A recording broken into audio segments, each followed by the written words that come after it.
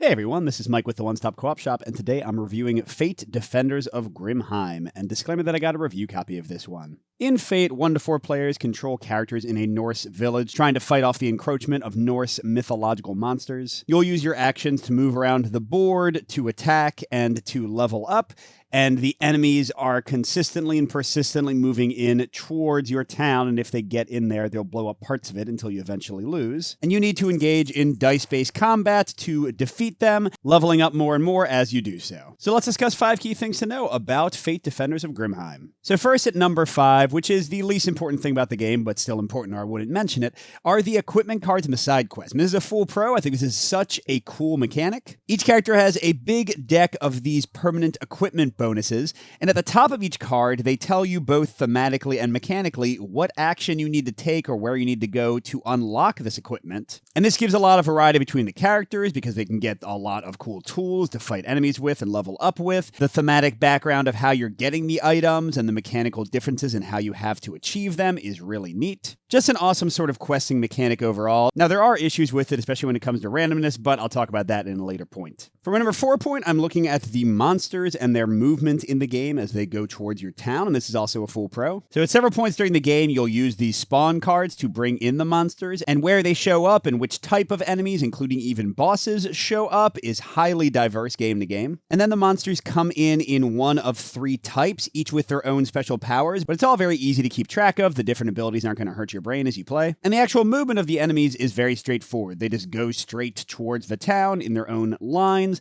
Once they reach roads, they'll follow those. And you can get in their way and block them, but then if you're too close to them after their movement, they'll attack you. It's a really quick, straightforward system to keep the focus on your heroes doing awesome stuff, which is right where you want it. But my number 3 point is a full-on con for my taste, and that's the luck in the game. So first of all, you are, as I mentioned, rolling in dice-based combat, and usually each die has a 50% chance to hit, although that can be even lower if you're attacking somebody in the forest. And so especially early on when defeating enemies is how you're going to get stronger and level up, if you have really bad rolls, which apparently I can't roll right now, what the heck? If you have really bad rolls, then you can fall way behind the curve, and it's kind of a compounding problem where you just can't catch up and get strong enough to defeat the enemies consistently. But it's not just the dice luck, there's also a lot of card luck. Now, I said that the enemy spawning is great, but also it can drastically change the feeling of your game, because sometimes you'll get a lot of enemies in the exact same spots, which means you save tons of actions because you can just stay in the same area and keep on fighting.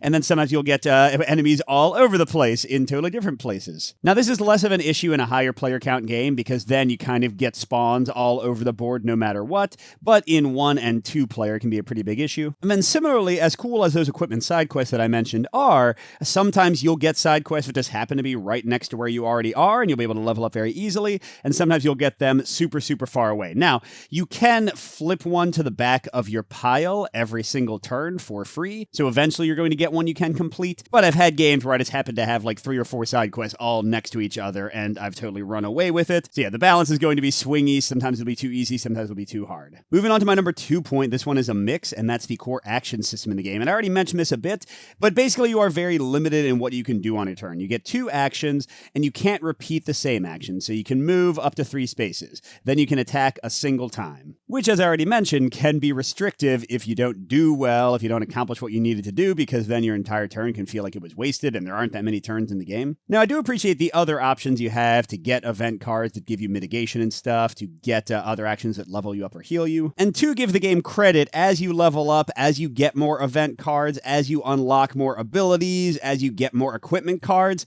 suddenly you start being able to do a lot more on your turn. You can combo abilities together and kind of be totally awesome. So the action system gets better, but it can be frustrating, especially in the early going of the game. And hey, let's stick right over here for my number 1, which is a full-on pro, and those are the different characters. And I've kind of already mentioned some of the cool stuff here.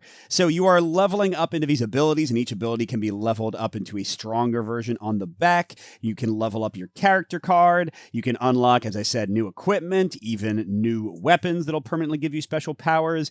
Each character has their own event deck that has these different little one-off abilities you can use. And with all of these elements, having these 4 different characters, which are pretty diverse, adds a lot of replay and fun to the game. Certainly me and my sons have had a great time just trying out new people and seeing how they do things. Although I will note just a minor complaint, the two archer characters have a lot of repeats in abilities in their deck, and the same thing for the two melee characters, so it's not like 100% unique like I might want it to be. So overall, if you want a quick and fun mix of sort of tower defense and crisis management, I think Fate Defenders of Grimheim has a lot of things to recommend it. The character variety, the tactical play, it's a lot of fun. But on the other hand, if you don't like randomness in your games, if you don't appreciate swingy balance where things might be too easy or too hard, then you might want to avoid this one because I think that's going to be the most annoying factor for players. And if you want to see the game in action, my preview play from back when it was on crowdfunding is basically identical to the final game, so you can go watch that. Thanks for watching, everybody. Good gaming, and I'll see you at the next stop.